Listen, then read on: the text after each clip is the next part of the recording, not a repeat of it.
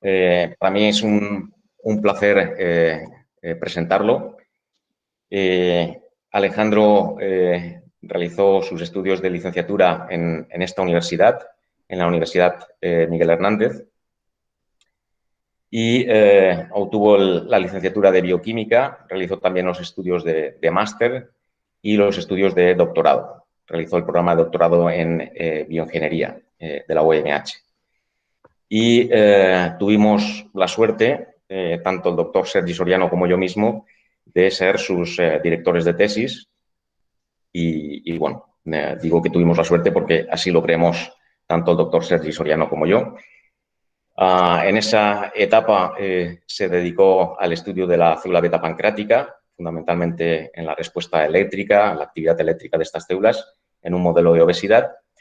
Y posteriormente inició su andadura en el terreno de las neurociencias, terreno en el cual se ha especializado, y ha realizado diversas estancias en centros tanto nacionales como internacionales, y bueno, pues tanto como investigador postdoctoral como investigador principal.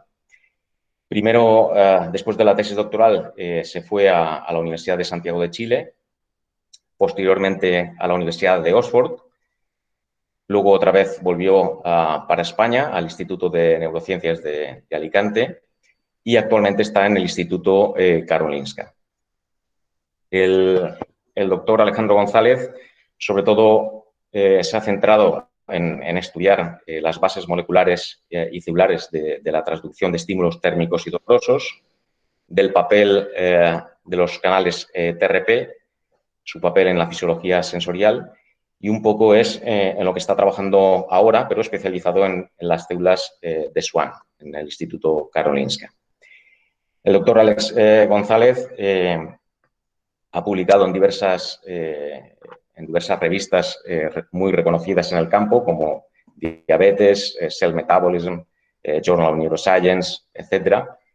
Y a continuación nos va a dar una charla cuyo título sería La fisiología molecular de la transducción térmica y el dolor neuropático. Así que, Alejandro, por favor, cuando quieras. Ok. Bueno, buenos días a todos. Antes que nada, me gustaría agradecer, iba a hacer una pequeña introducción sobre mí, pero bueno, creo que Iván lo ha dicho básicamente todo. Así que simplemente quiero agradecer la invitación a Iván. Como él nos ha comentado, yo tengo una vinculación innegable de la cual estoy muy orgulloso con la Universidad Miguel Hernández, ya que toda mi formación la he llevado a cabo allí, desde mi licenciatura en bioquímica hasta el doctorado. Y he trabajado en varios de los laboratorios que pertenecen a esa universidad, con gente a la que estimo mucho y que cuento ahora mismo entre mis amigos. Cosa que me complace mucho porque creo que una de las cosas bonitas de la investigación es conocer a gente maravillosa allí donde vas, en los laboratorios por los que pasas. En concreto, en el laboratorio de Iván, me acuerdo en mi etapa doctoral con el doctor Iván Quesada y el doctor Sergi Soriano, tengo recuerdos maravillosos de esa etapa en su laboratorio. Así que nada, muchas gracias y es un placer estar aquí. Y bueno, os voy a hablar de la fisiología molecular de la transducción térmica y el dolor neuropático, como he puesto en mi presentación. Y bueno, sin más dilación, voy a hacer una introducción. Bueno, como entiendo que esta presentación es para un público que no tiene por qué estar especializado en el campo. Normalmente cuando vas a congresos a hablar de estas cosas, a gente que conoce el tema, haces una introducción muy somera porque todo el mundo entiende que sabe de lo que estás hablando y entras a degüello en los datos experimentales. En este caso voy a hacer una introducción bastante más extensa, con el único objetivo de dotaros de las herramientas para que podáis seguir de manera satisfactoria los resultados experimentales que os comentaré posteriormente. Como definición, una definición general que podríamos dar de termotransducción. La termotransducción, perdón, es el conjunto de mecanismos que nos permiten estimar la temperatura, ¿no? Que nos permiten tener una sensación consciente de la temperatura que nos rodea o de nuestra temperatura corporal. Es un mecanismo sensorial que es evolutivamente muy antiguo y está ampliamente extendido.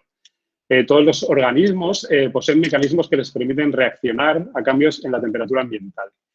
Y esto es importante porque nuestra habilidad para percibir la temperatura es crucial para nuestra supervivencia, ya que nos permite reaccionar rápidamente a temperaturas que pueden resultar nocivas y mantener nuestra temperatura corporal constante.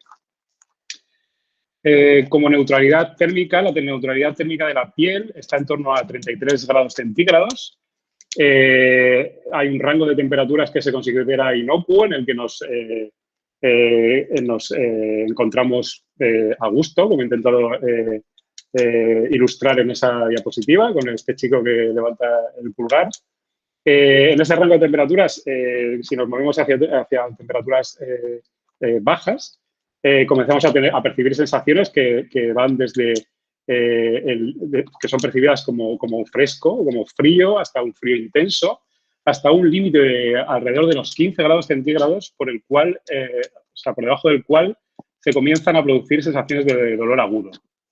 En el caso del calor, este límite estaría en 43 grados centígrados aproximadamente, pero yo me voy a centrar en las sensaciones de frío durante toda mi charla.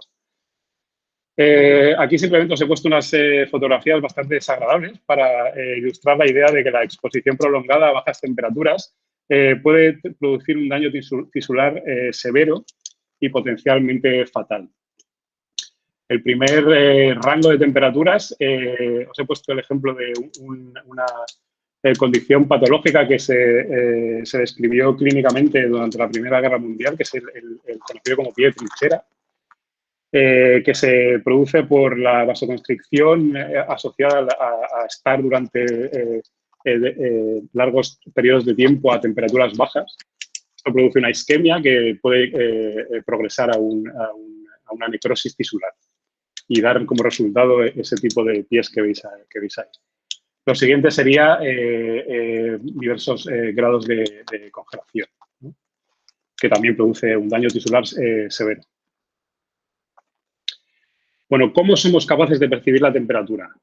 Somos capaces de percibir la temperatura porque contamos con un sistema que se llama el sistema somatosensorial.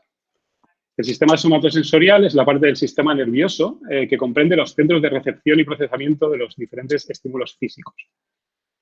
Existen diferentes estaciones de procesamiento de la señal, desde la periferia hasta la corteza somatosensorial en el encéfalo, donde se descodifica la señal y se genera la sensación consciente. Pero la primera de estas etapas de procesamiento y la responsable de traducir el estímulo físico en una señal eléctrica en forma de disparo de potenciales de acción, que es la forma en la que se transmite la información en el sistema nervioso, sería la terminal sensorial. La terminal sensorial no es otra cosa que la proyección axonal de una neurona sensorial primaria. Las neuronas sensoriales primarias son neuronas cuyos cuerpos neuronales se encuentran en los ganglios raquídeos y los ganglios trigéminos o ganglios de Gasse, que proyectan un axón que se denomina pseudounipolar, que se bifurca en una rama periférica que inerva la piel, las mucosas y las vísceras, y una rama central que establece contacto sináptico con neuronas de segundo orden en el asta dorsal de la médula espinal, transmitiendo esta información sensorial por diferentes vías a los centros de procesamiento superiores. Existen diferentes tipos de neuronas sensoriales primarias, perdón, cada uno de los cuales posee una maquinaria molecular específica que les permite traducir estímulos específicos en señales eléctricas. En este esquema que os presento en la diapositiva os he puesto algunas de ellas. Existen neuronas sensoriales primarias dedicadas a traducir estímulos de frío, de calor, estímulos mecánicos, estímulos vibracionales, etcétera, etcétera. Pero hoy, como os he dicho antes, vamos a hablar de aquellas encargadas de la transducción de estímulos de frío y de dolor. Vale, estudios clásicos en diversos organismos modelo han llevado a la descripción de dos tipos principales de fibras sensoriales activadas por bajas temperaturas, que serían los que os pongo en esta diapositiva. Por un lado estarían los termorreceptores de frío y por otro lado estarían los nociceptores. ¿Ok?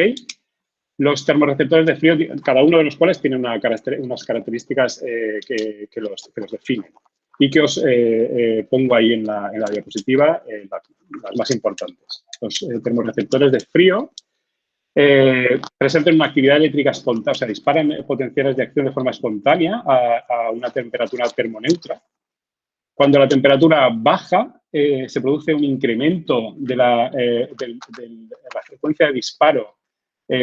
Cuando la temperatura baja de forma moderada, perdón, se produce un incremento de la frecuencia del disparo. Son sensibles a mentol y pertenecen al grupo de fibras que se conoce como poco mielinizadas o no mielinizadas, lo cual quiere decir que transmiten información con una velocidad baja. Y señalizan sensaciones de frío inocuo. Por otro lado, los nociceptores están silentes, o sea, no disparan a la temperatura termoneutra de la piel. Cuando la temperatura baja, empiezan a disparar de manera sostenida, a baja frecuencia. Pertenecen al tipo de receptores no mielinizados y tienen una naturaleza polimodal, lo cual quiere decir que aparte de responder a estímulos térmicos, también pueden responder a estímulos mecánicos. ¿De acuerdo? Y estímulos nocivos. Y señalizan, este tipo de receptores señalizan frío nocivo. O sea, las temperaturas, el rango de temperaturas que entrarían en el frío nocivo. Vale, ¿y cómo son capaces estas fibras de responder a estos cambios de temperatura? Pues estas fibras, o a cualquier otro estímulo físico en el caso de otros tipos de fibras. Son capaces de responder porque poseen sensores moleculares que les dotan de la capacidad de responder a estos estímulos físicos. Y estos sensores moleculares no son otra cosa que canales iónicos. ¿Vale? Los canales iónicos son proteínas que atraviesan la membrana de las células excitables, bueno, de muchos tipos de células, y que dejan pasar a su través diferentes iones con carga, lo que produce variaciones en la magnitud del potencial transmembrana de las células que los expresan. ¿Vale? De esta manera podemos decir que los terminales sensoriales contienen la maquinaria molecular responsable de la transducción sensorial. Y esta maquinaria está compuesta por diferentes canales iónicos cuya actividad coordinada da forma a la excitabilidad de la terminal. ¿Qué es lo que va a pasar? Pues va a pasar lo que veis en la diapositiva a la derecha. Un estímulo determinado de frío va a activar un canal que se activa por dicho frío, que ya os adelanto, que ahora voy a hablar un poco más de él, pero ya os adelanto que este canal es el canal conocido como TRPM8. Esto va a provocar una despolarización de la terminal, una determinada magnitud de despolarización, que cuando el estímulo alcanza un umbral determinado, lleva esta despolarización al umbral de activación de los canales de sodio responsables del disparo de potencial de acción. O sea, que llegaría un momento en el que el potencial de membrana llega al umbral a un umbral específico donde se empiezan a disparar potenciales de acción. Los potenciales de acción se transmiten a lo largo de todo el terminal hasta la terminal presináptica, donde dan lugar a la liberación de neurotransmisores y continúan la transmisión de dicha información hacia los centros superiores en el encéfalo. Bien, pues como os digo, no se puede hablar de canales iónicos que actúan como sensores moleculares de frío sin mencionar al canal TRPM8. El canal TRPM8 es un canal perteneciente a la familia de los canales TRP, que se expresan diversas poblaciones de neuronas ganglionares y trigeminales sensibles a frío y que se activa por bajas temperaturas y por compuestos que producen sensaciones de frescor como el mentol o la icilina. Aquí, la gente que trabajamos o que hemos trabajado en este campo siempre contamos el chascarrillo del TRPM8, que se ha dicho en tantos foros que a mí me cuesta creer que haya gente que todavía no lo sepa. Pero bueno, este canal es la razón por la que los compuestos que se incluyen, por ejemplo, en los chicles de menta, en todo lo que lleve ese tipo de todo ese tipo de productos que producen sensación de frescor, lo que tienen son compuestos, moléculas que son análogos a mentol y que lo que hacen es activar este canal. Activar esa vía de señalización y por eso nos dan esa sensación de frescor.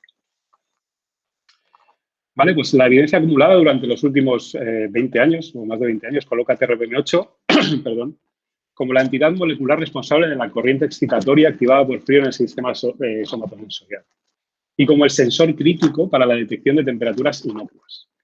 Aunque su participación en la detección de frío lesivo también se ha postulado en diversos estudios. No obstante, en estudios con ratones modelo en los que se ha eliminado la expresión de TRPM8, se ha visto que todavía responden a temperaturas por debajo de en torno a 15-10 grados, lo que ha llevado a buscar sensores moleculares alternativos de frío lesivo, entre los que destaca TRPA1. Hay mucha controversia sobre la participación de TRPA1 en este tipo de estímulos nocivos, en la que no voy a entrar porque no es el objeto de esta presentación. Pero simplemente que lo tengáis en cuenta. No solo, ahora voy a hablar un poco más, no solo la evidencia aportada por modelos genéticos en los que se ha eliminado la expresión de alguno o varios de estos canales termosensibles, sino las propias características de las poblaciones neuronales sensibles a frío estudiadas in vitro, entre las que se ha encontrado neuronas sensibles a frío que no expresan TRPM8 o que no expresan ni TRPM8 ni TRPA1, ha llevado a buscar tanto sensores de frío alternativos como mecanismos que de alguna forma refinen o modulen las respuestas a frío o que doten a estas neuronas de la capacidad de responder bajo circunstancias especiales. Por ejemplo, os voy a mencionar algunos de los canales que se han implicado en los procesos de transducción de estímulos de baja temperatura. Por ejemplo, dentro de la propia familia de los canales TRP, se ha demostrado la participación del propio TRPA1 en la detección de frío, frío lesivo.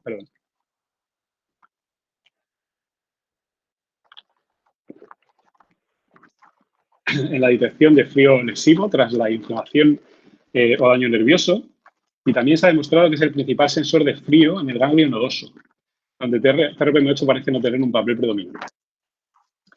Los canales TRPC5 también estarían participando en este proceso de transducción de frío.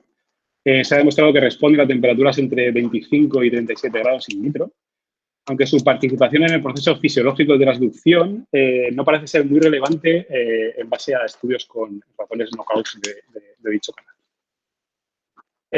Los canales de potasio de doble poro también son muy importantes. Estos canales dan lugar a una corriente que se denomina corriente de fuga de salida de potasio, que está activa a temperaturas fisiológicas y que controla el potencial de membrana de reposo y, por tanto, la excitabilidad de las neuronas. Algunos de estos canales se cierran cuando la temperatura baja, causando una despolarización neta que puede llevar el potencial de membrana al umbral de disparo de potencial de acción. Si tenemos una corriente de potasio que sale, una corriente de cargas positivas que sale y la eliminamos, el efecto neto va a ser una despolarización de la masa, va a llevar el potencial de los terminales a valores más positivos. Y esto puede llegar al umbral y hacer que dispare potencial. Los canales de sodio dependientes de voltaje de tipo NAV1 y resistentes a TTX, perdón, de tipo NAV 1.8 y 1.9, también poseen características biofísicas inusuales que les permiten operar a temperaturas muy bajas, siendo por tanto esenciales para la transmisión de frío lesivo. Los canales HCN, que son imposibles de pronunciar, a mí me resulta imposible de pronunciar en inglés y no son menos difíciles en castellano, que serían canales activados por nucleótidos cíclicos activados por hiperpolarización y que participan en el control del disparo de potenciales de acción. También se han demostrado esenciales para la generación de hipersensibilidad dolorosa al frío, modelos de versión de los nervios periféricos.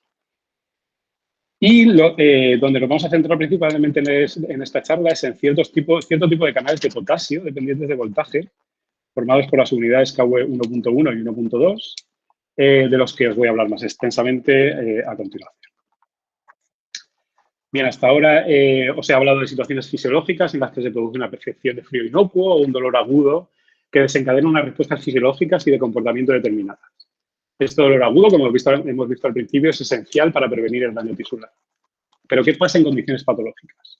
Bien, pues en condiciones patológicas, como aquellas que se asocian con procesos de inflamación, con neuropatías causadas por agentes quimioterapéuticos, por daño nervioso por traumatismo, etcétera. En estas condiciones, como digo, se pueden producir alteraciones de la sensibilidad térmica de las neuronas somatosensoriales, lo que puede producir a su vez lo que se llaman disestesias, que son alteraciones de la percepción sensorial, como por ejemplo la hipersensibilidad a estímulos de frío o de calor. Esta hipersensibilidad a estímulos de frío, en la que me voy a centrar, es un síntoma frecuente en diversas neuropatías, como os he comentado. En muchos casos no tiene tratamiento y los mecanismos por los que se produce siguen siendo bastante desconocidos. Las dos principales manifestaciones clínicas son la alodinia al frío y la hiperalgesia, que os he intentado representar en esta gráfica que veis a la derecha. La alodinia sería una respuesta dolorosa a estímulos que no entran en el rango de estímulos dolorosos, mientras que la hiperalgesia sería una respuesta dolorosa exagerada a estímulos dolorosos. Simplemente os comento que existen dos grandes grupos, llamémosle grupos de mecanismos que intentan explicar el desarrollo de esta hipersensibilidad dolorosa al frío, que por supuesto no son excluyentes. Por un lado están los que postulan que las alteraciones de la sensibilidad térmica se deben a fallos en el procesamiento de la información periférica a nivel de la médula y del sistema nervioso central, sin que haya grandes cambios a priori en la entrada, en el input de información sensorial desde las terminales periféricas. Pero por otro lado también se ha demostrado que estas alteraciones pueden ser el resultado de una modificación en la generación de impulsos eléctricos en los nervios periféricos. Esta alteración sería el resultado de cambios en la expresión de las propiedades, biofísicas o de la distribución de estos canales iónicos responsables de generar la actividad eléctrica de estos terminales. Vale, a continuación os voy a explicar mi humilde contribución, junto con otros autores, por supuesto, a explicar los mecanismos que subyacen a la generación de esta hipersensibilidad dolorosa al frío. Pero para esto tengo que empezar explicando otro proceso fisiológico. Las poblaciones de neuronas sensibles al frío que expresan TRPM8 son muy heterogéneas y cubren umbrales térmicos muy amplios.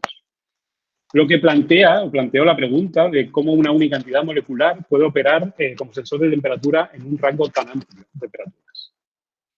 En un estudio que a día de hoy se considera clásico, en el Instituto de Neurociencias, el laboratorio de Félix Viana y de Carlos Belmonte, estando Rodolfo Madrid, que fue mi supervisor mientras estaba en Chile, junto con Elvira de la Peña, son dos excelentes investigadores con los que he tenido el placer de trabajar.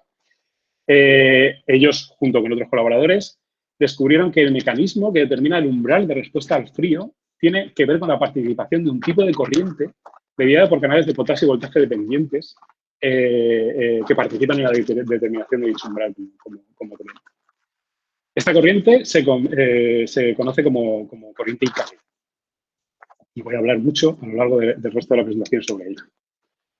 ¿Qué aproximación utilizaron? Bueno, la aproximación clásica para estudiar este tipo de neuronas sensoriales es realizar cultivo, o sea, aislar los nervios, en este caso los nervios ganglionares,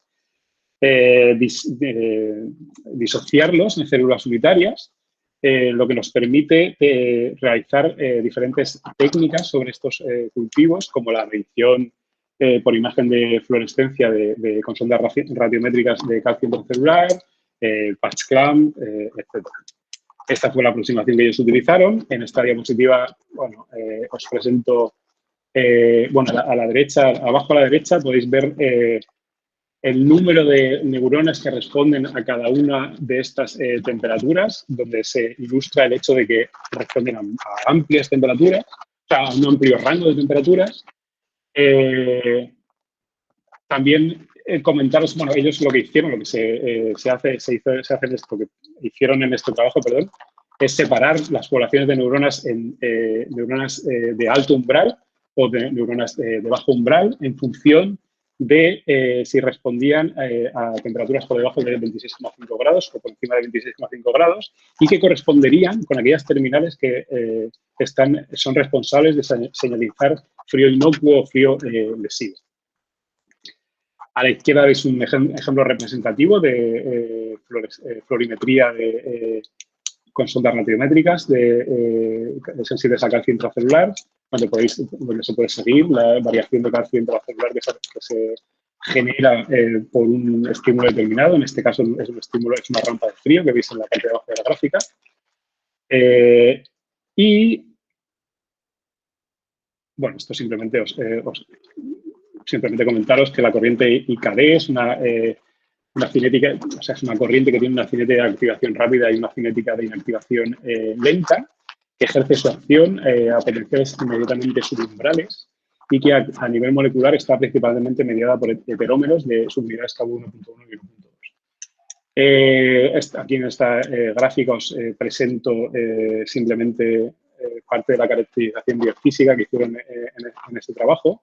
Simplemente quedaros, no me voy a meter a explicaros este tipo de experimentos, pero simplemente quedaros con la información de que ejerce su acción, o sea, para sus características de activación e inactivación, ejerce su acción en sobre potenciales subumbrales.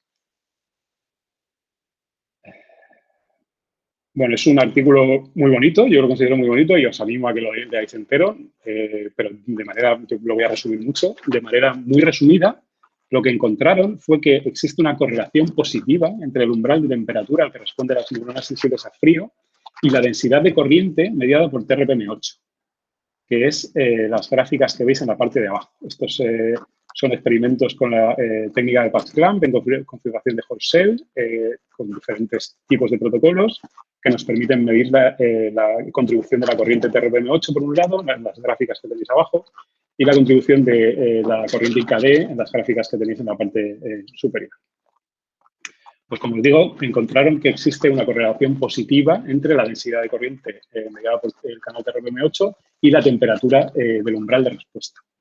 Por otro lado, esta correlación, cuando nos centramos en la corriente IKD, esta correlación sería negativa. O sea, existe una correlación negativa entre la densidad de corriente IKD y el umbral térmico de respuesta. El significado es... Alex, disculpa un segundo. ¿Tienes la posibilidad de señalar con un puntero? O sea, con el cursor. Pues porque creo que no. Es un poquito más fácil seguirlo. No lo veis, ¿no? El puntero en este momento no lo estamos viendo. Pues creo que no, porque estoy con mi portátil y no me deja hacer muchas historias. Vale. Os lo intento explicar. Vale, voy a intentar ser un poco más, porque es verdad que igual he puesto demasiadas gráficas y no me estoy deteniendo mucho en ellas. Os lo intento explicar. Bueno, como conclusión general, que es lo que quiero que quede claro, es que el significado fisiológico de estas diferencias en el perfil de expresión de estos canales iónicos es que la IKD actúa como una corriente de freno.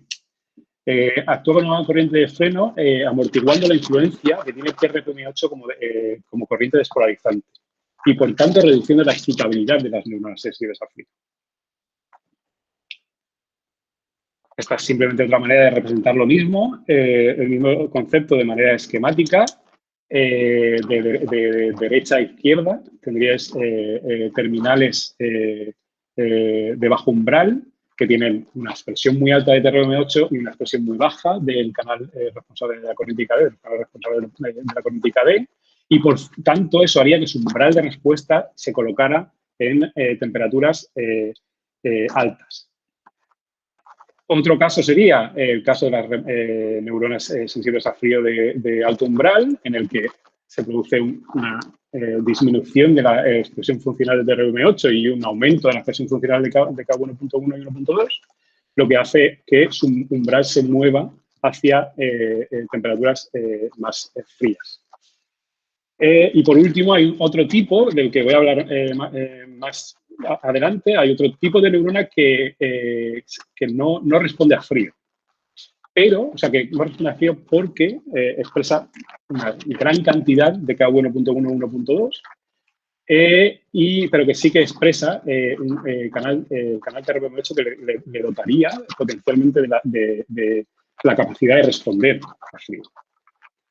¿Vale? Y que señalizaría frío extremo, o sea, frío muy intenso, ¿no? El frío señalizaría señales nocivas. Vale. Si todo esto es verdad, resulta obvio el hecho de que podemos modular el umbral de activación de las neuronas sensibles al frío actuando sobre esta corriente IKB y bloqueándola con bloqueantes más o menos específicos como la 4-aminoperidina o la alfa-digitoxina.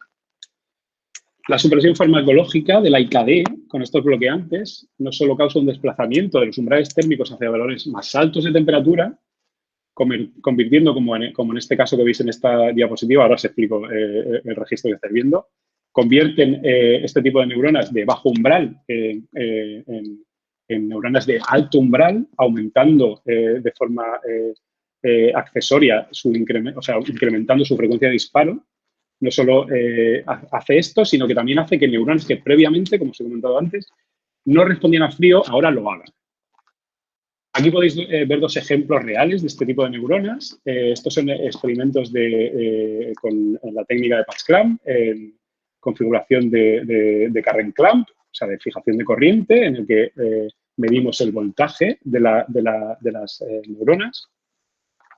Y podéis ver cómo, en respuesta a una rampa de frío, a una disminución de la temperatura del baño que baña las neuronas, se produce una despolarización, como os he dicho antes, y un disparo de potencial de acción a un determinado umbral que, en presencia del bloqueante de la IKD, 4-aminopiridina, se mueve hacia valores más positivos. La última parte sería el lavado. O sea, cuando lavamos el bloqueante, recupera el umbral de respuesta original.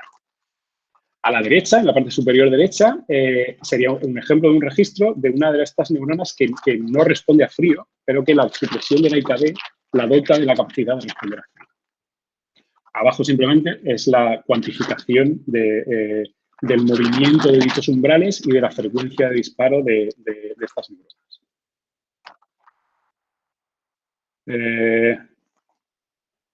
Vale, pues, ¿qué pasa con estas corrientes en una situación patológica como aquellas que derivan del daño axonal periférico?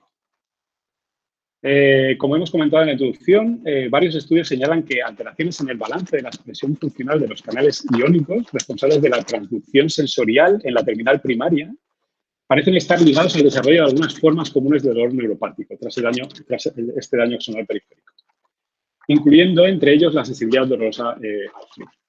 Bien, pues durante mi estancia postdoctoral en el laboratorio del doctor Rodolfo Madrid, en la Universidad de Santiago de Chile, lo que nos preguntamos fue qué papel juegan el canal iónico TRPM8 y la corriente de freno IKD en el desarrollo de esta hipersensibilidad dolorosa al frío tras el daño de las terminales periféricas. Lo que hicimos fue usar un modelo de daño axonal periférico por constricción crónica del nervio ciático y encontramos que aquellos ratones a los que se había realizado una lesión presentaban hipersensibilidad dolorosa al frío cuando se disminuía la temperatura de la pata durante lo que se conoce como un test de acetona.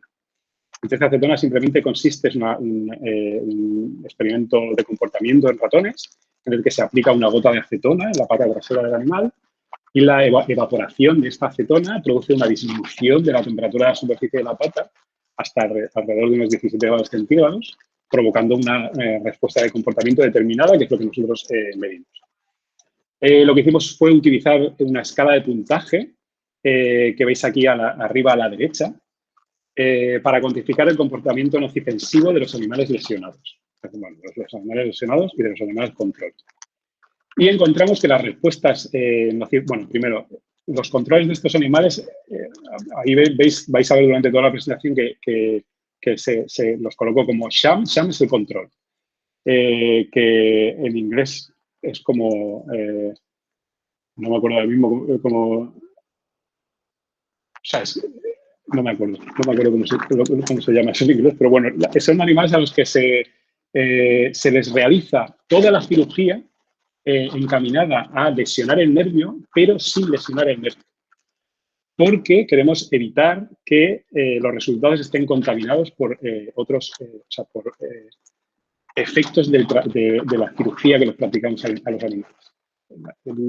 El concepto es que todo tiene que ser igual a diferencia del parámetro que tú estás midiendo, o sea, que tú quieres ver su efecto. Vale, pues como digo, utilizamos esta escala de puntaje y encontramos que las respuestas nocifensivas aparecen en el caso de los animales lesionados tan solo un día después de la cirugía, es la gráfica que veis abajo a la izquierda, el primer día después de la cirugía.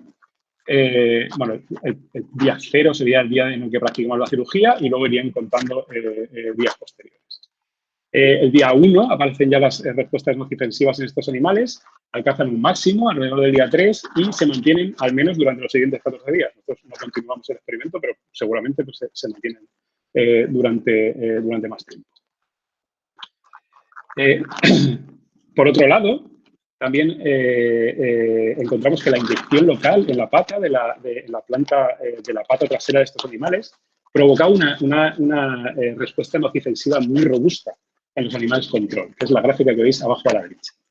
O sea, en el caso de los controles, los animales SAM, el control no tendría, o sea, previo al 4AP no tendría una respuesta nocifensiva, pero cuando aplicamos una inyección de 4AP en la pata, como digo, se produce una respuesta nocifensiva muy robusta.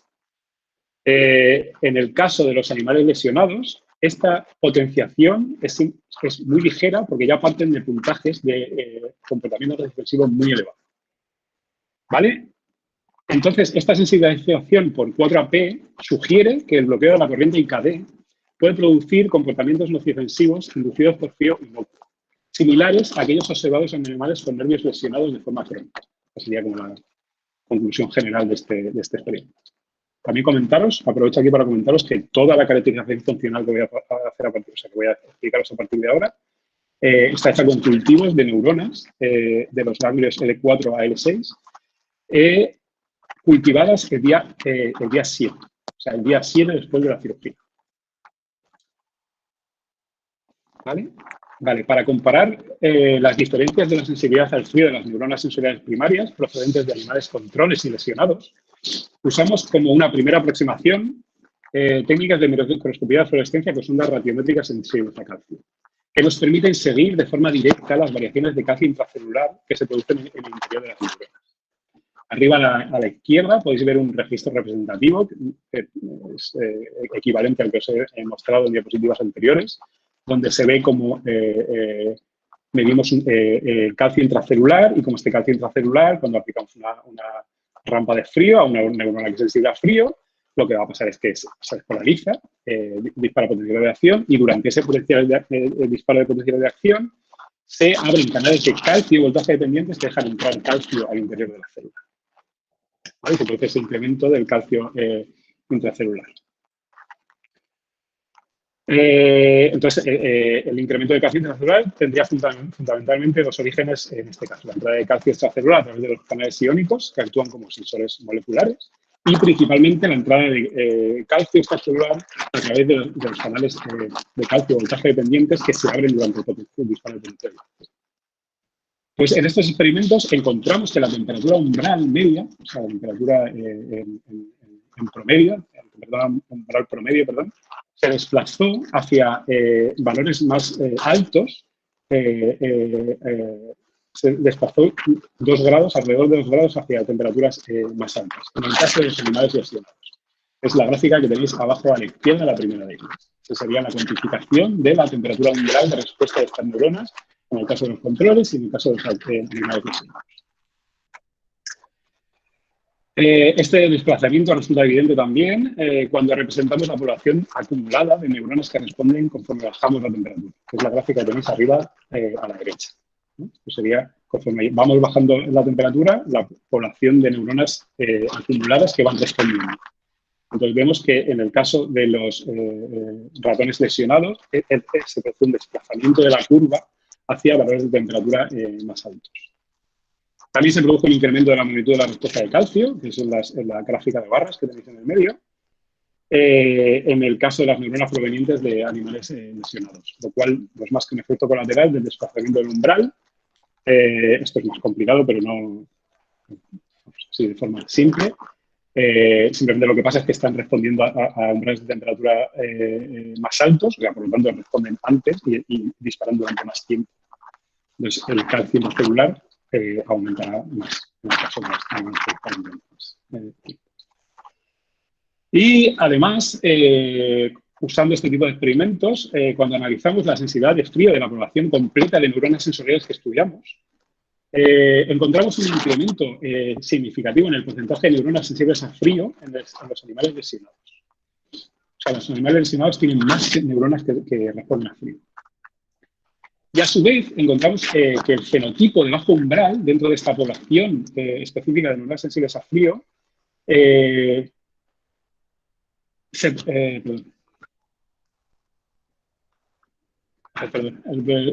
fenotipo de alto umbral disminuyó en el caso de las neuronas lesionadas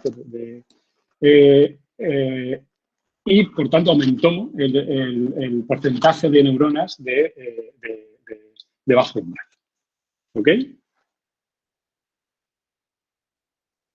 Vale, lo siguiente que quisimos estudiar fue si la corriente IKD contribuye de alguna forma a estos cambios en la sensibilidad al frío.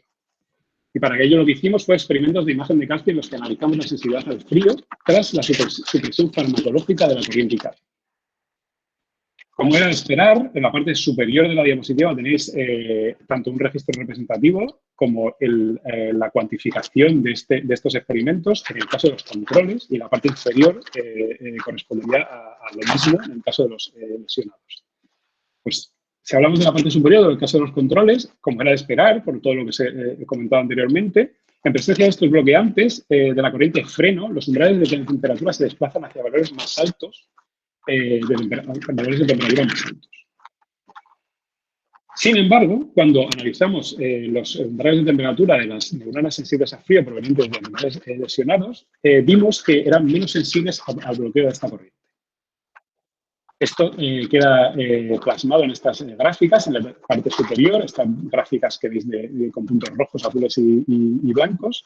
Lo que intentaría representar sería el umbral inicial, en el caso de los puntos rojos y blancos, para las neuronas procedentes de las poblaciones de alto y bajo umbral, y el nuevo umbral al que se mueve cuando bloqueamos la corriente de freno. Otro tipo de análisis sería el que veis en la última de las gráficas, arriba a la derecha, en el que lo que se mide es la temperatura promedio de respuesta, la temperatura umbral promedio de respuesta.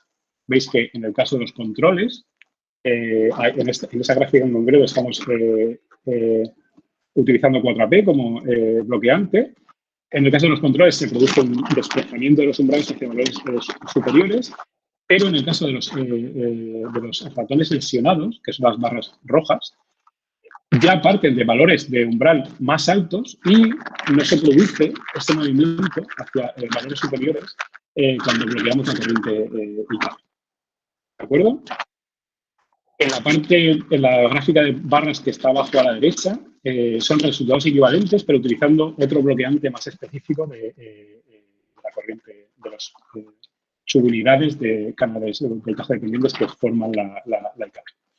¿Vale? Estos resultados, por tanto, son consistentes con la idea de que el incremento de la sensibilidad al frío de las neuronas de los animales lesionados va unido a una reducción de la expresión funcional de los canales que generan la corriente IKD. Pues el siguiente paso lógico, obviamente, es medir la IKD. Entonces, tenemos la posibilidad de medir la IKD con técnicas de electrofisiología, y fue lo que hicimos. Para verificar que el efecto de la lesión, para verificar este efecto de la lesión sobre esta corriente. Medimos la densidad de corriente IKD a un potencial fisiológicamente relevante de menos 40 milivoltios, con técnicas, como digo, de fijación de voltaje en configuración de Forsell y protocolos de 2 steps, tanto en neuronas sensibles al frío de animales control como lesionados. Arriba a la izquierda simplemente son los experimentos llevados a cabo para analizar las propiedades biofísicas de dicha corriente, porque quisimos reproducir estos resultados porque en nuestro caso utilizamos ratones adultos, mientras que en el artículo de Rodolfo se utilizaron PAPs. Y queríamos saber si se comportaba de la misma manera que la corriente IKD en el caso de los adultos. Es simplemente una suerte de control. A continuación, arriba, después de la corriente, después de la gráfica que veis que tiene las dos curvas de Goldman que se cruzan, tendríais arriba a la derecha, como digo, dos registros representativos, tanto de controles como de animales lesionados, donde medimos esta densidad de corriente. Y la última gráfica de barras de la derecha correspondería con la cuantificación. Entonces, lo que encontramos fue que la densidad de corriente media estaba reducida en el caso de los animales lesionados cuando lo comparamos con los controles. También se ha sugerido en otros estudios que el desarrollo y el mantenimiento de la hipersensibilidad del organismo al frío tras este daño axonal está relacionado con un incremento en la expresión del canal TRPM8. Y por esto quisimos comprobar dicha teoría con nuestro modelo. Medimos la corriente activada por frío y por frío más mentol en ambos grupos de animales.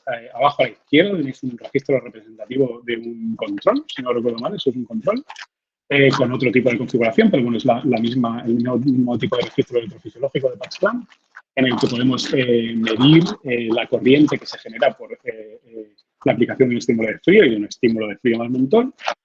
Y a la derecha, las gráficas de barras corresponderían a la cuantificación de dicha respuesta, tanto en el caso del frío solo como en el frío más mentol. Y con estos experimentos comprobamos que en nuestro caso, en nuestras manos, la densidad de corriente media a través del canal TRPM8 era muy similar o incluso inferior cuando comparamos ambos grupos de animales. La última gráfica que tenéis abajo a la derecha simplemente es un intento de resumir todos estos resultados de las densidades de corrientes comparadas con su umbral de temperatura de respuesta. Como digo, un intento de resumir, pero la información es la que os he comentado. Bueno, pues a continuación quisimos profundizar un poco más en las características eléctricas de estas neuronas sensibles a frío. También se había descrito previamente que la supresión farmacológica de la corriente IKD transformaba en neuronas sensibles a frío las neuronas somatosensoriales de una población que previamente no era sensible a frío. Entonces, lo que nosotros pensamos es que quizá la reducción que observamos en la corriente IKD en nuestros animales lesionados podría llevar asociada una reducción en la incidencia de este fenotipo. Y de hecho, esto fue lo que vimos. Arriba a la izquierda veis un registro de calcio intracelular, calcio intracelular de una neurona de este tipo. En el que veis ¿sí? Sí, no sé si el micrófono te puede estar rozando o algo así, porque se oye un ruido de fondo. ¿Ahora lo oyes?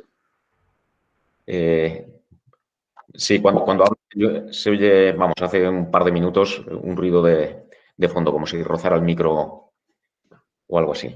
Vale, igual soy yo moviendo las manos.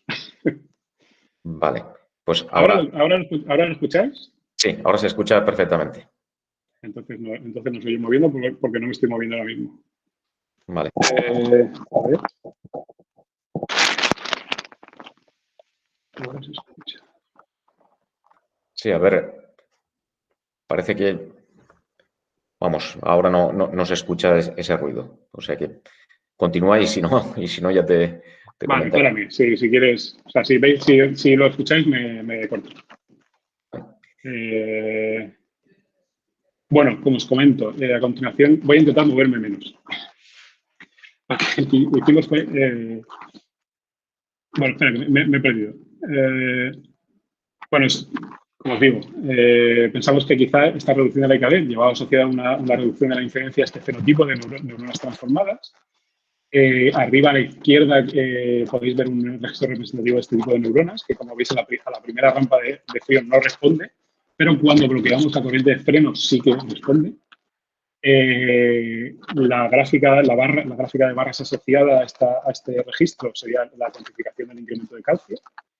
La siguiente gráfica de barras representaría la corriente, la densidad de corriente IKD en este tipo de neuronas, en las reclutadas y en las sensibles a frío, como podéis ver y como os he comentado en la introducción, las neuronas que no responden a frío y que son reclutadas como neuronas de nuevas, o sea, que responden de nuevo a frío, tienen una densidad de corriente IKD muy alta.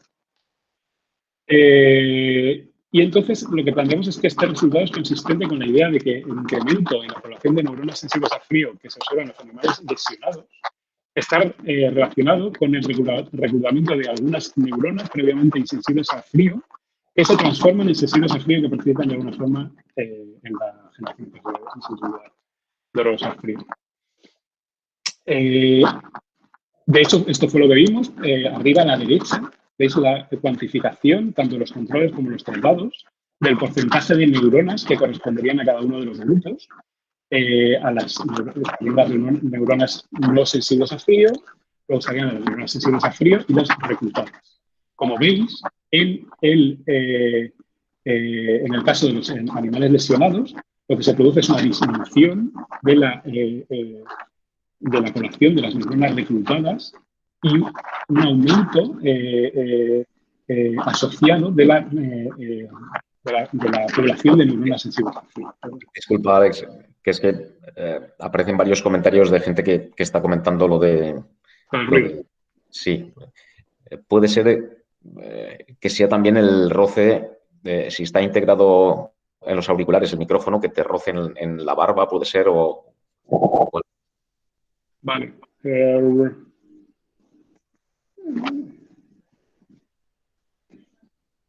¿Ahora se oye? Me lo voy a intentar separar un poco de la barba, si no voy a buscar otra... De hecho, creo que ahora se oye mejor. Ahora se oye mejor, vale, entonces sí que es la barba, también. Creo que es la primera vez que me pasa. Estos problemas del directo. Yeah. Perdona, ¿eh? No te preocupes. A ver, que me lío. A ver, creo que os he dicho más o menos todo lo que quería resaltar de esta diapositiva.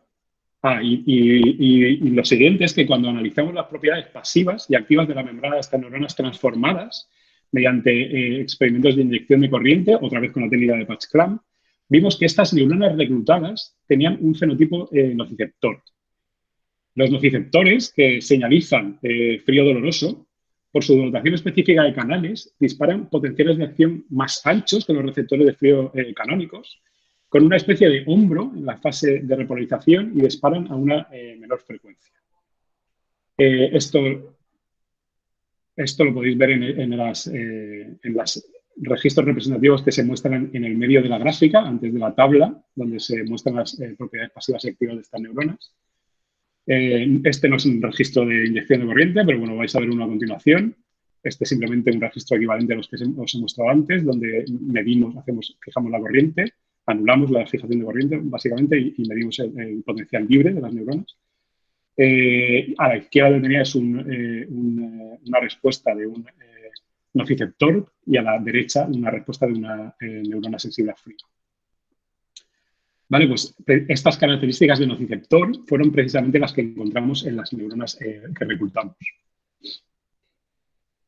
Vale. También estudiamos las propiedades pasivas y activas de las neuronas sensibles a frío en ambos grupos de animales y encontramos, estos dos tipos de registros representativos que veis sí que son registros de inyección de corriente, o sea, el protocolo que utilizamos para medir las propiedades activas y pasivas de la membrana de estas neuronas.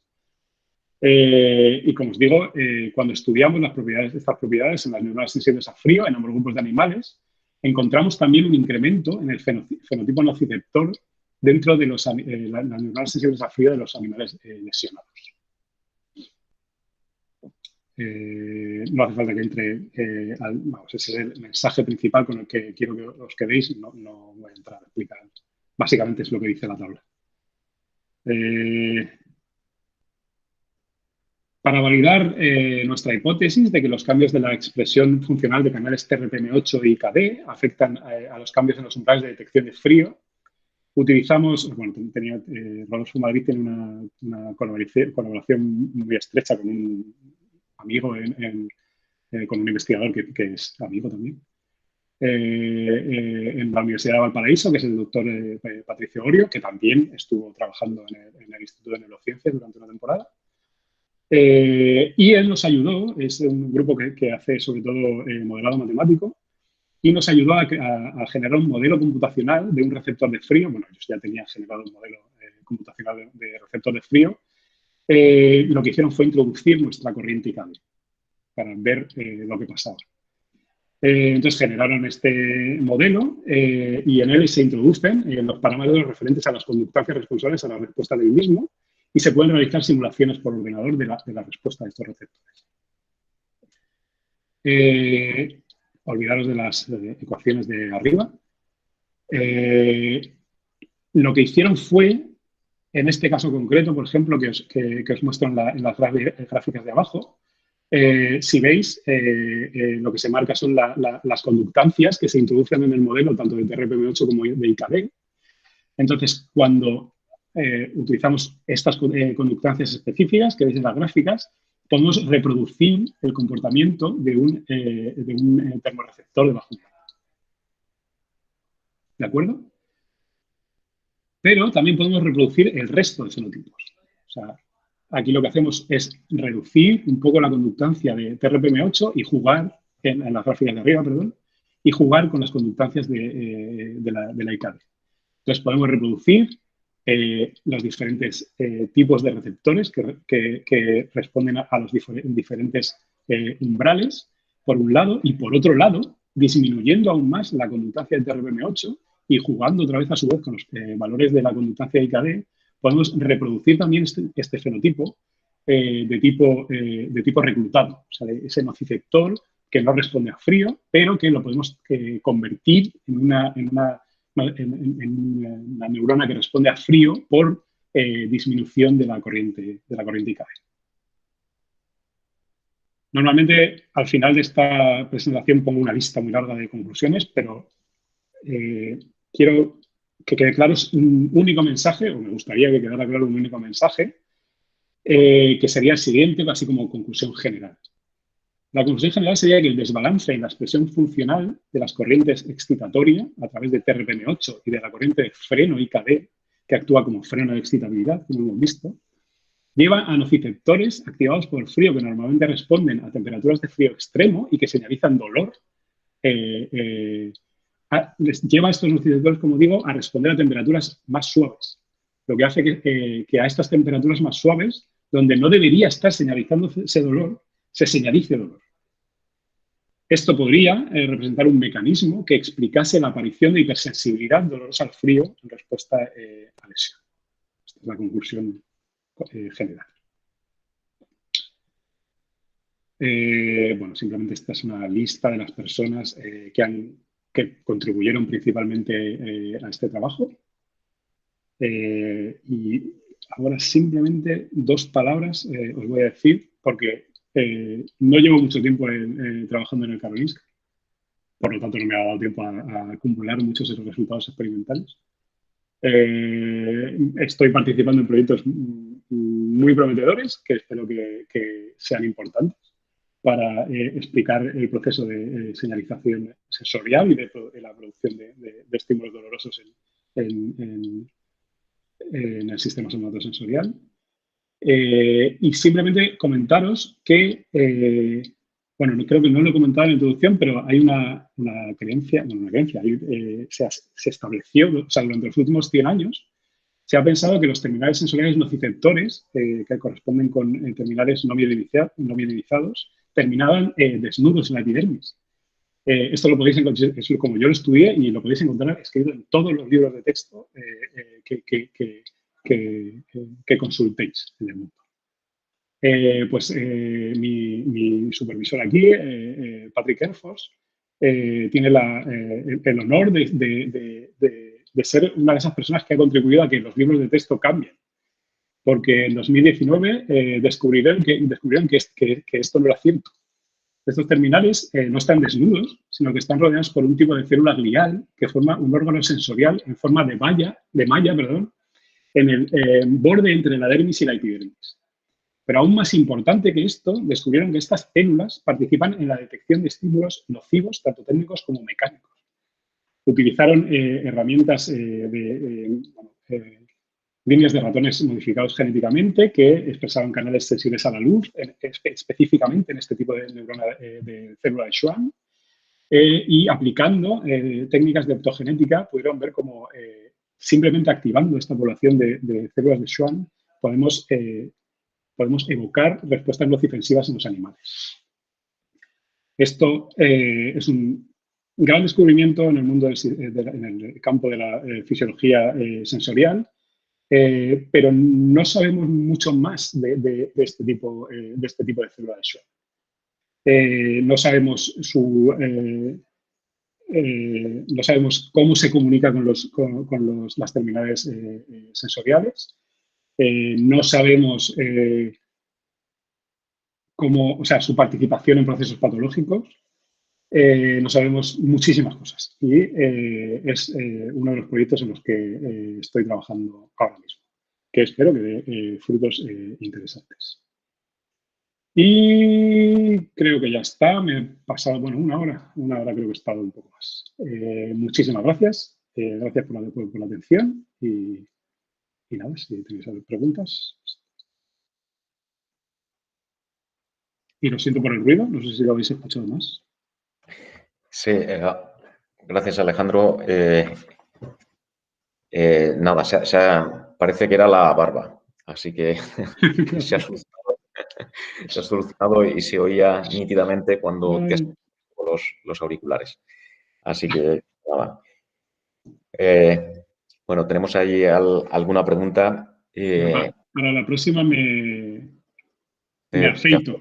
Te afeitas. Me afeito. Mira, aprovechando que bueno, pues tú tienes experiencia tanto en neuronas como célula beta y TRPs.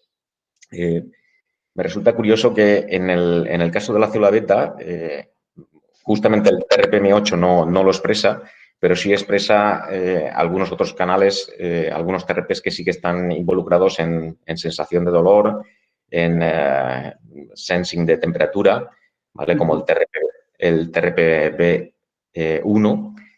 Entonces, en este caso, ¿cuál crees que puede ser la función que pueda tener o cuál sería el papel de un canal de este tipo en una célula beta para secretar insulina? Pues como sensor de temperatura, la verdad es que me cuesta buscar una aplicación.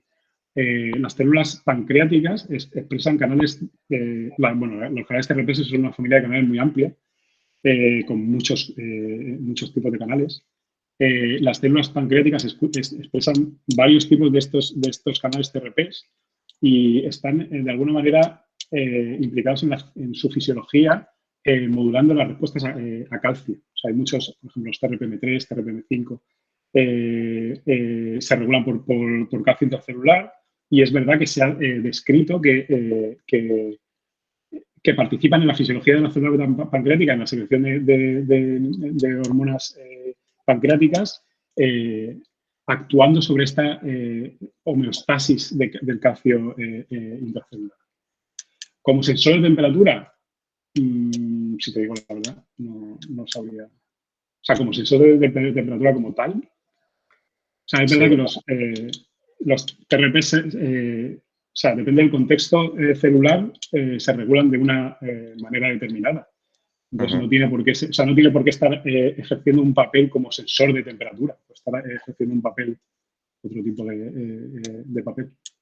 Sí, vamos, yo recuerdo que trabajando con knockouts de TRPM8, sí que se ha visto un efecto global sobre la homeostasis de la glucosa, pero vamos, posiblemente sea indirecto, pues a través de regulación del sistema nervioso o cualquier otro interacción. Pero en célula beta específicamente no se expresa, ¿no? Pues te traslado algunas de las preguntas que tenemos aquí. Por un lado, comenta José Ángel Cobo, dice, muy ameno, mi pregunta es si en estos registros de corriente hay que hacer frente a mucho ruido de fondo. Gracias. Los registros de corriente, mucho ruido de fondo. Si no, no sé si No. se refiere al ruido de fondo que hemos eliminado. Igual se refiere a mi barba.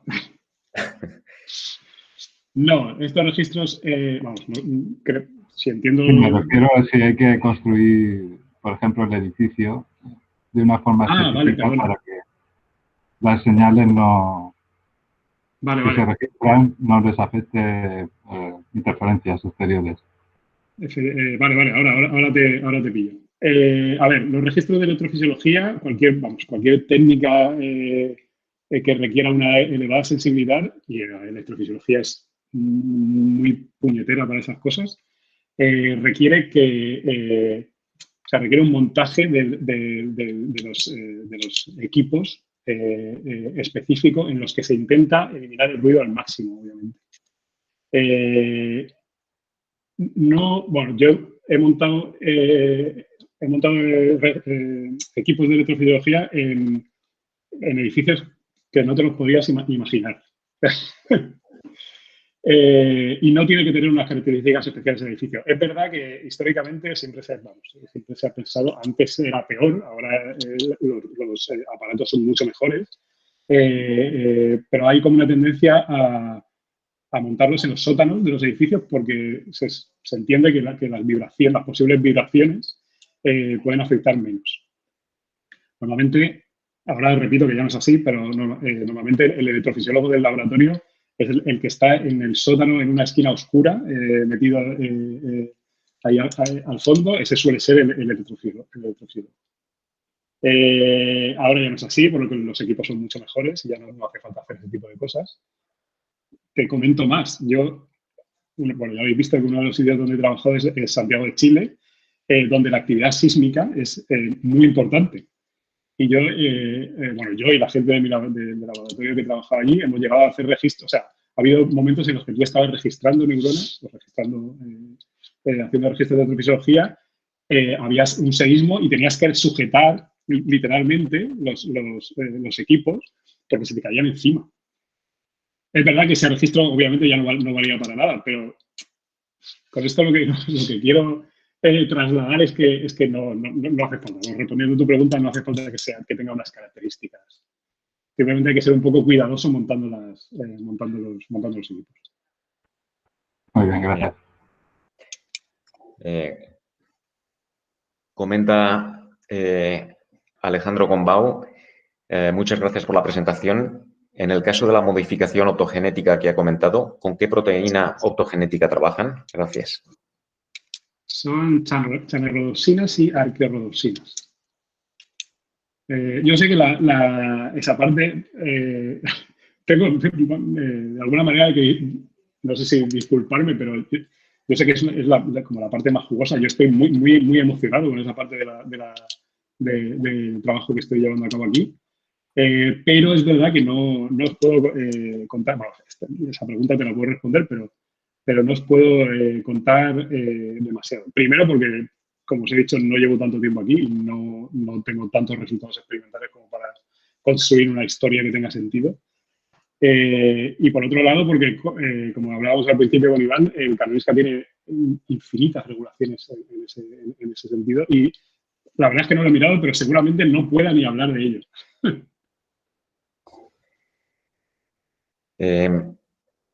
Comenta Ángela Carrión, buenos días, muchas gracias por la charla, ha sido muy interesante.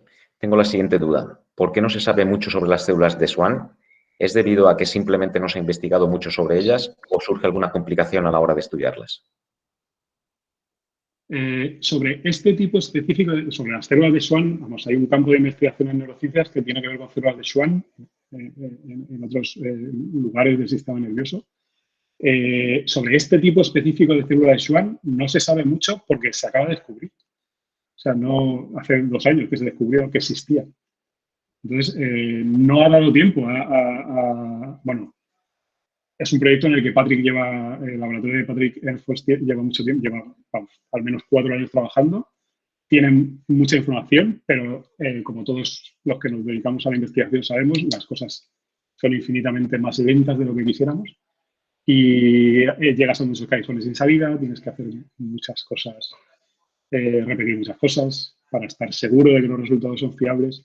Entonces, simplemente es eso, es una cuestión de tiempo. O sea, de aquí a unos años esperemos que se sepa mucho más de ellas. Pero hasta ahora no ha dado tiempo a acumular evidencias sobre su función. Comenta Roberto de la Torre. Hola, Alex. Una pregunta ya que estás ahora con las células de Schwann. ¿Cuál crees que puede ser la contribución de estas a modificar la actividad de las DRGs en dolor? Pues un poco va por el mismo sitio la respuesta. Participan en el proceso de generación de respuestas nocifensivas. Eso ya te da una pista de que quizá puedan estar, bueno, si entiendo, sé por dónde va Roberto, creo que si se refiere a procesos patológicos, no se puede descartar que estén implicados en ese tipo de procesos. Y de hecho es una de las cosas que estamos muy interesados en estudiar. Pero a día de hoy tampoco se sabe mucho sobre ellas.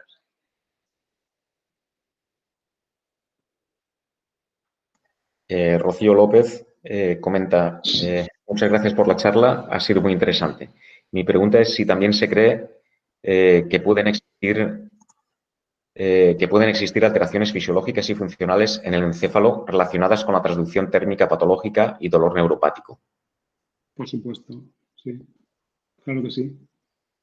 Bueno, como he comentado al principio, hay como dos tipos dos grandes grupos de teorías que explican los mecanismos de la generación del dolor neuropático y efectivamente una de ellas tiene que ver más con el procesamiento de las señales a nivel del encéfalo y de la médula. Es un tema en el que yo nunca he trabajado. Por lo tanto, no puedo, o sea, no tengo una opinión, o sea, no le puedo dar una explicación muy elaborada, pero sí, por supuesto existe, sí. Bien, Judith Sánchez dice, enhorabuena por el trabajo, muy interesante. Disculpa si no lo he entendido bien, pero ¿es entonces la sobreexpresión de estos canales la responsable de generar una hipersensibilidad al frío? ¿Es posible que existan factores ambientales o genéticos que influyan en esta neuropatía? Gracias.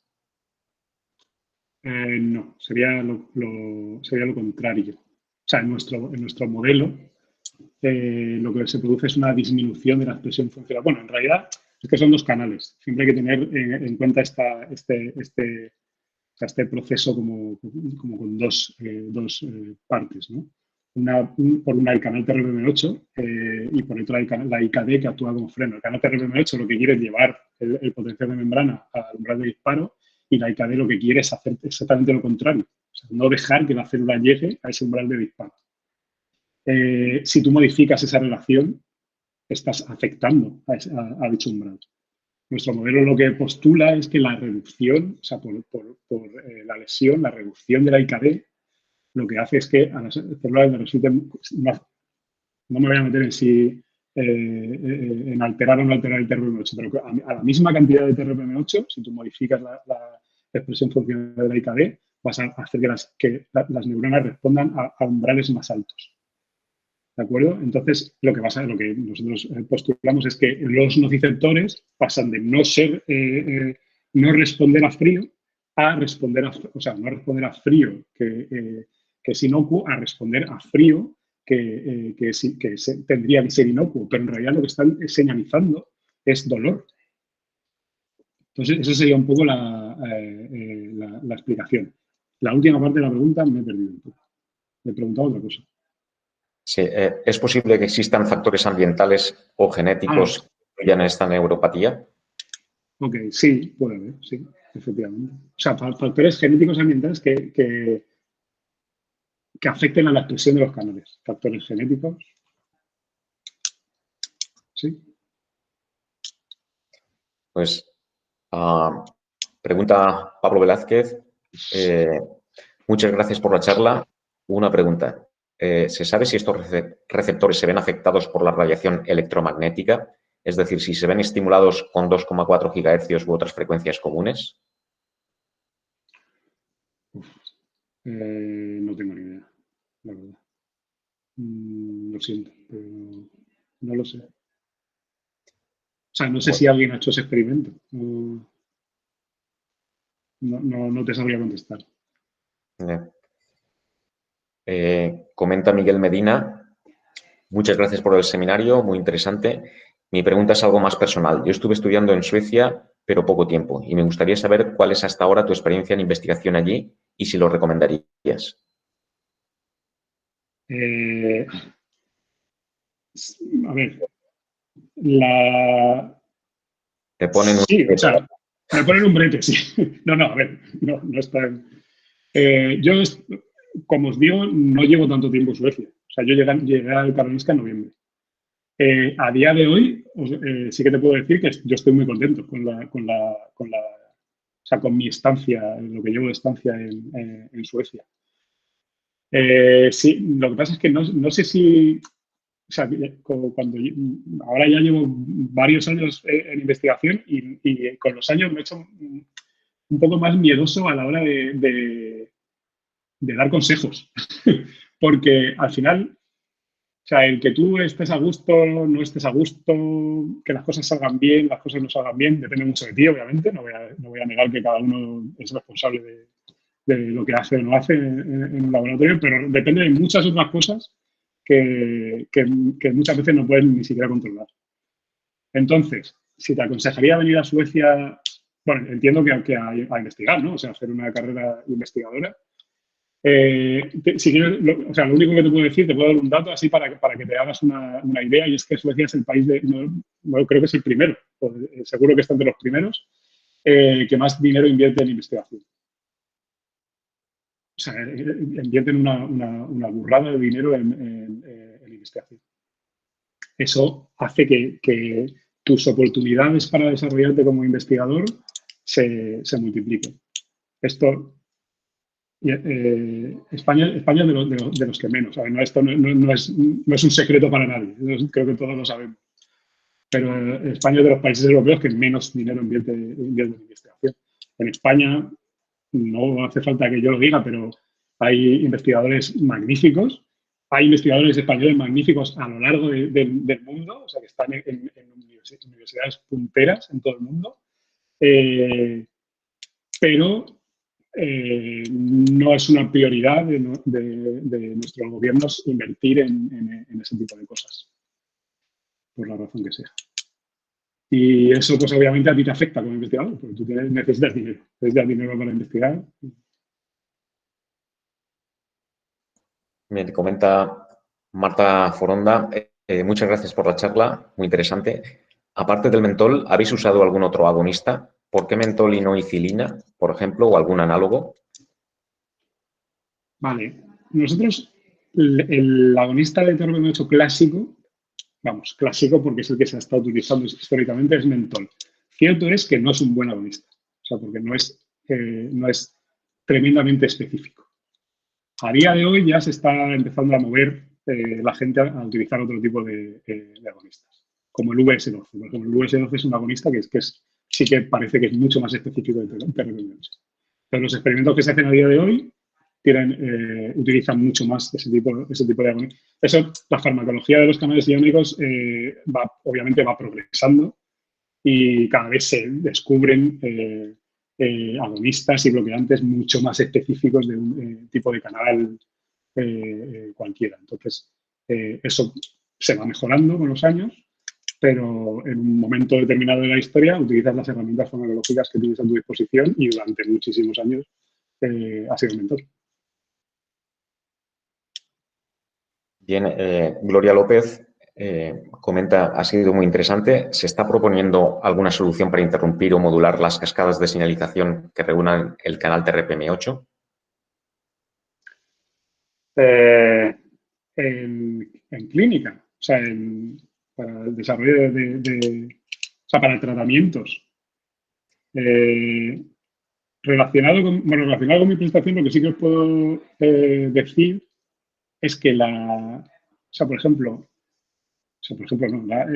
corriente IKD es una diana farmacológica que a priori podría ser muy prometedora. O sea, a la hora de desarrollar fármacos que para tratar este tipo de hipersensibilidades, de disestesias, pero tiene la mala baba de que los canales de potasio y voltaje dependientes son una familia de canales iónicos muy amplia y se expresan, ¿sabes? Tienen una expresión muy amplia dentro del sistema nervioso, lo que hace que sea muy complicado. O sea, tiene que ser un fármaco muy específico para que no tengas efectos colaterales en otro tipo de zonas del sistema nervioso, de procesos fisiológicos neuronales, etcétera. Fármacos que actúan sobre el TRPM8. A ver, hay una parte, el mentor está implicado en una vía de señalización que tiene que ver con la anestesia mediada por frío. No sé exactamente si hay algún fármaco que intente de alguna manera modular ese tipo de funciones. Pues, Alejandro, hemos terminado las preguntas, así que te quiero dar las gracias por el seminario y bueno, y esperamos verte pronto por aquí y que nos expliques personalmente pues el nuevo proyecto que tienes allí en Suecia. Así que nada. Muchas gracias por la invitación de nuevo y perdón por el ruido de la alarma. Nada, eso ya te digo que forma parte del directo, así que nada. Yo voy a cerrar la grabación, pero si te puedes esperar, hablamos un par de minutos, ¿vale? Sí, hombre, claro, por supuesto. Muy bien. Bueno, Gracias muchas gracias a todos por participar.